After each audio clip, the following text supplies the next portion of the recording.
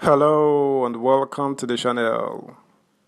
Peter Obi's lawyers at the election tribunal currently going on in Abuja has accused the Independent National Electoral Commission Inec of lying.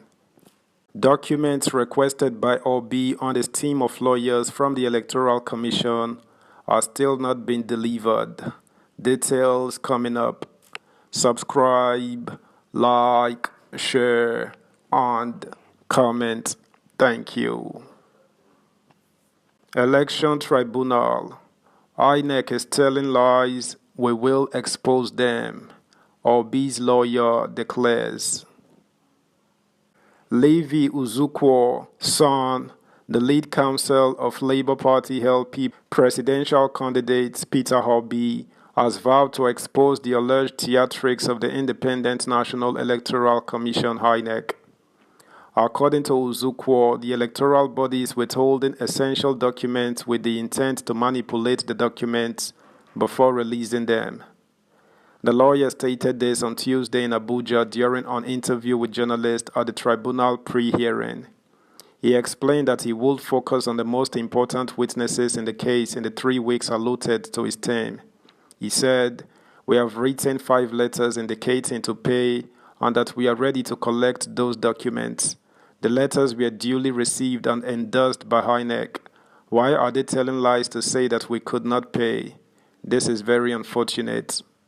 What about the documents we have collected? Didn't we pay for them? Of course we paid for them and those ones were given to us, but they have refused to give us the others." Speaking further, Obi's lawyer also disclosed that the party plans on issuing INEC a subpoena as soon as hearing resumes on May 30, a day after the inauguration, to compel them to produce the documents. On consolidation of petitions, Uzukwo explained that all 3 petitions will be heard together, but each one will maintain its identity. Meanwhile, Nigerians in the last few days have fixed their gaze on the ongoing Presidential Election Petition Tribunal, which is currently hearing petitions filed against the President-elect Bola Tinubu and the Independent National Electoral Commission (INEC). The voting season has gone, however. Nigerians who believe the electoral process on the 25th of February was not credible or interested in the outcome of the tribunal. The presidential candidate of the People's Democratic Party (PDP), Atiku Abubakar, and the flag bearer of the Labour Party (LP), Peter Obi, who are not pleased with Tinubu's declaration as winner, have decided to file suits challenging INEC's declaration. However, there has been some controversy around the 2023 presidential election, with politicians, lawyers, and interested Nigerians asking questions if a presidential candidate can't be declared a winner without acquiring 25% of votes in the Federal Capital Territory (FCT).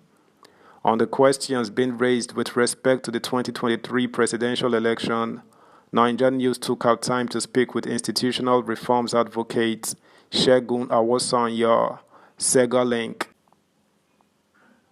What's the impact of petitions before presidential tribunal on Nigeria's democracy? Segun: any sane legal practitioner, enthusiast, or objective observer of the times will tell you that every election over the years across climes has in one way or the other have their outcomes challenged by parties that felt aggrieved, and it is within their right to do so as provided by the law.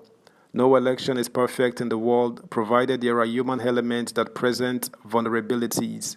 In the case of Nigeria, every election we have had from the First Republic has been deemed fraught with rigging, violence, and intimidation, and never have we had the decision of the electoral body overturned at the presidential level. The reason for this is mainly for the fact that in the eye of the law, a president-elect has been declared through the process, and it is up to the contenders to prove that 1. The election is not valid due to the preponderance of irregularities with the subsequent prayer for cancellation of the entire election. Note that this will not include the request of the petitioner to be declared the winner of the election he ironically deemed invalid. This would only demonstrate a chronic state of confusion and clinical delusion. 2. The declared winner of the election is not qualified to contest given the violation of the prescribed criteria in the 1999 Constitution as amended. That is, he is not a Nigerian, he has been convicted by a court of competent jurisdiction of a crime within the last 10 years, he is not sponsored by a political party, etc. 3. The candidate so elected was not validly returned as no valid votes were recorded, etc. The above and other criteria that are not listed here must be proven beyond a reasonable doubt based on the preponderance of evidence and balance of probability. In the wisdom of those that curated our laws, as well as other constitutions globally, there has never been a utopian dream of the expectation of a flawless election. So the challenge of the outcome of the election is not a dent on our democracy, but a series of activities that form part of it. This is why the doctrine of substantial compliance implicitly and admittedly holds that there must be flaws in the election, but that once there is substantial compliance, then the election should be accepted as having substantially complied with the laws, and the return should not be upset on that basis unless the petitioner can prove with substantial evidence that across the country, irregularities, violence, and voter intimidation was the order of the day. Question: does the legal system of Nigeria endorse justice for politicians, or does the highest bidder wins the race? Shegun: I believe in the judiciary, which is the third estate of the realm, especially as a legal researcher, law enthusiast, and panelist at various tribunals on police matters bordering on human rights abuses.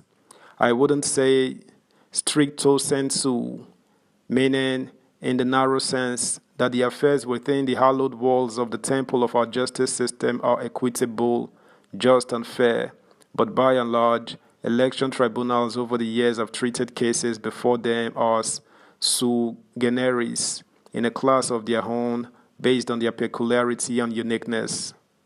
We must admit at this point the level of decadence in our society and how this has impacted our institutions across the board.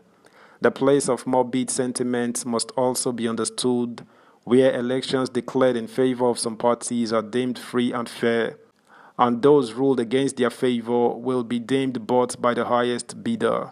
So, the short answer is no legal system is designed to act for or against anyone. The system is governed by the law of evidence. That's the news, guys. Thanks for listening. Until next time, bye.